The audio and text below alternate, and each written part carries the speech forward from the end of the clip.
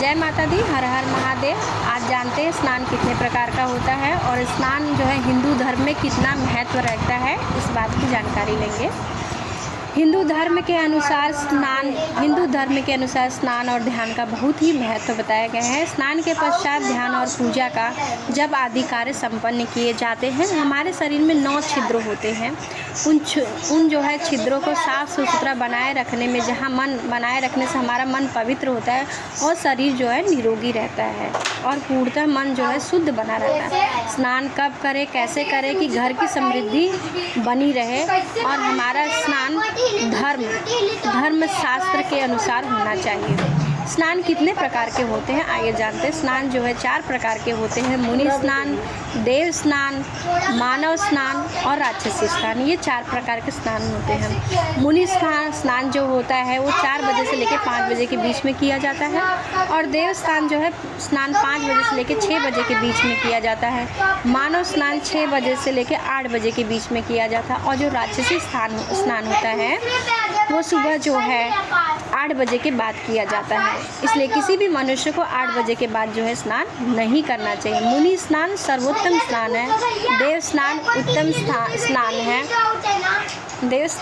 स्नान है। मानव स्नान सामान्य है।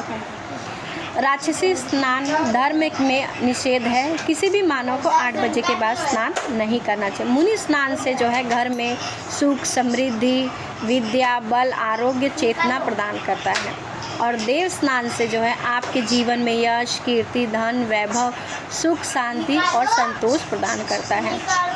मानव स्नान काम में सफलता, भाग्य, अच्छे कर्मों में सूझबूझ, परिवार में एकता, मंगलमय प्रदान करता है और राक्षसी स्नान से जो है घर में दरिद्रता, हानि, क्लेश, धन हानि, परेशानी का कारण पैदा करती। किसी भी मनुष्य को 8 बजे के बाद स्नान नहीं करना चाहिए।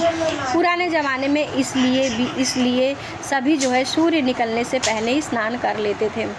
खासकर जो घर की स्त्री होती थी, चाहे वो स्त्री के रूप में हो या पत्नी के रूप में हो या बहन के रूप में हो या किसी भी रूप में हो, वो जो है 8 बजे से पहले स्नान कर लेती थी। घर के बड़े बुजुर्गों में ने यही समझाते हुए कि कहा है कि सूर्य निकलने से पहले ही स्नान कर लेना चाहिए।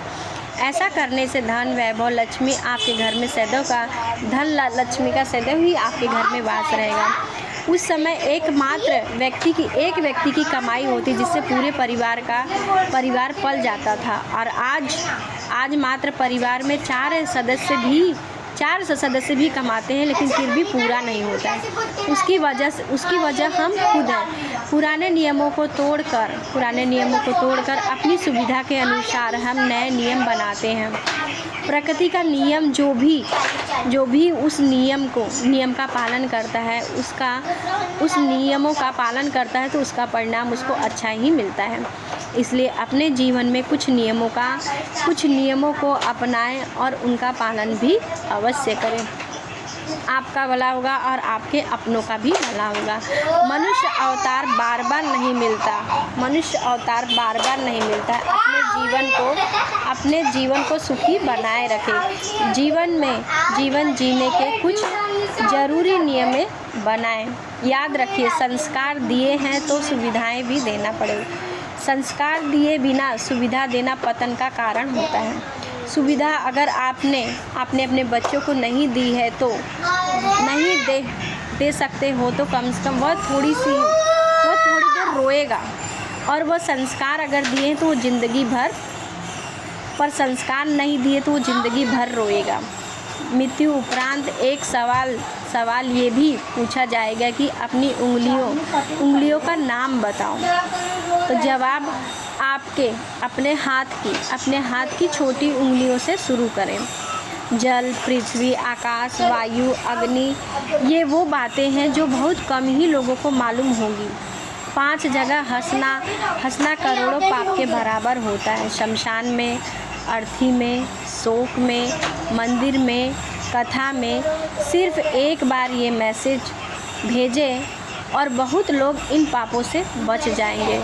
अकेले हो परमात्मा को याद करो, परेशान हो तो ग्रंथ पढ़ो, उदास हो तो कथाएं पढ़ो, टेंशन में हो तो भगवत गीता पढ़ो और फ्री हो तो अच्छी चीज़ें करें। हे परमात्मा हम पर और समस्त प्राणियों पर कृपा करो। सूचना, क्या आप जानते हैं कि हिंदू ग्रंथ रामायण, गीता आदि से सुनने से पढ़ने से कैंसर नहीं होता है, बल्कि कैंसर अगर हो भी तो वो भी ख़त्म हो जाता है। व्रत उपवास करने से तेज बढ़ता है। सर दर्द और बाल गिरने से बचाव होता है।